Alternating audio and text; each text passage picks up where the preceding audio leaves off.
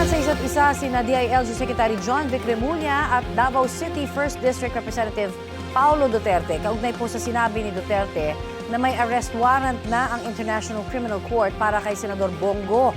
Sabi ni Go, ipagpapasa Diyos na lamang daw niya sakaling totoo nga ang sinabi ni Duterte. Balitang hatid ni Ian Cruz. Ipinost online ni Congressman Pulong Duterte ang sinabi ng mapagkakatiwalaan niyang source. Meron na anyang arrest warrant laban kay Senador Bongo at dalawang dating opisyal ng pulisya mula sa International Criminal Court o ICC.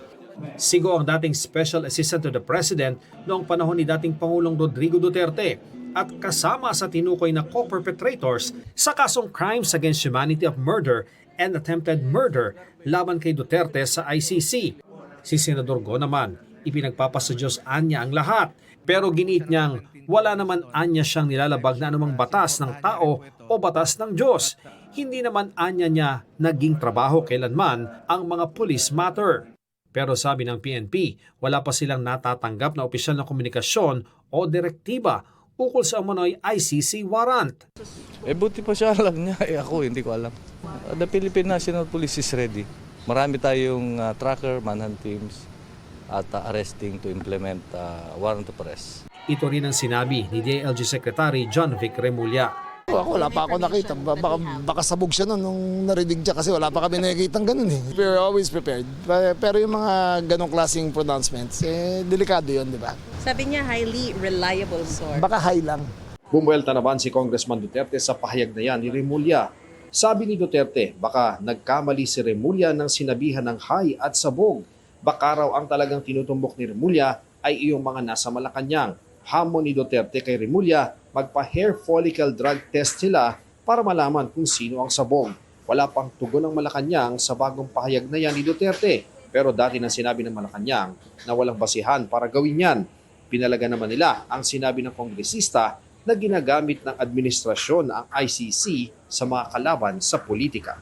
Huwag nating kalimutan na yung kaso na sampa ito 2017 pa. So hindi ito wine-weaponize, kinakailangan lamang po na matugunan din ang hiling ng mga kababayan natin. Kung may kailangan managot, dapat na managot. Ipinapaubaya na ng palasyo sa Department of Justice o DOJ ang pagsagot kung may utos ang Pangulo kaugnay ng posibleng pag-aresto sa isang senador. Pero sabi ng National Bureau of Investigation na nasa ilalim ng DOJ. Wala pa po. Wala po kaming nare-receive pa. Walang communication pa ng warrant. Nang usisain tungkol sa umano'y ICC warrant laban kay Go at kung bibigyan ba siya ng protective custody gaya ng ibinigay kay Senador Bato de la Rosa noon. Sagot ng bagong Senate President na si Senator Sherwin Gatchalian. Wala pa akong nakukuhang information na ganun, so it's very difficult again, it's very difficult to preempt. No? Let's wait kung totoo nga yung information na yun.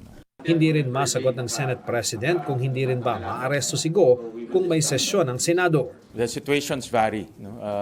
So it's very hard to answer and then iba naman yung situation. Ian Cruz nagbabalita para sa GMA News.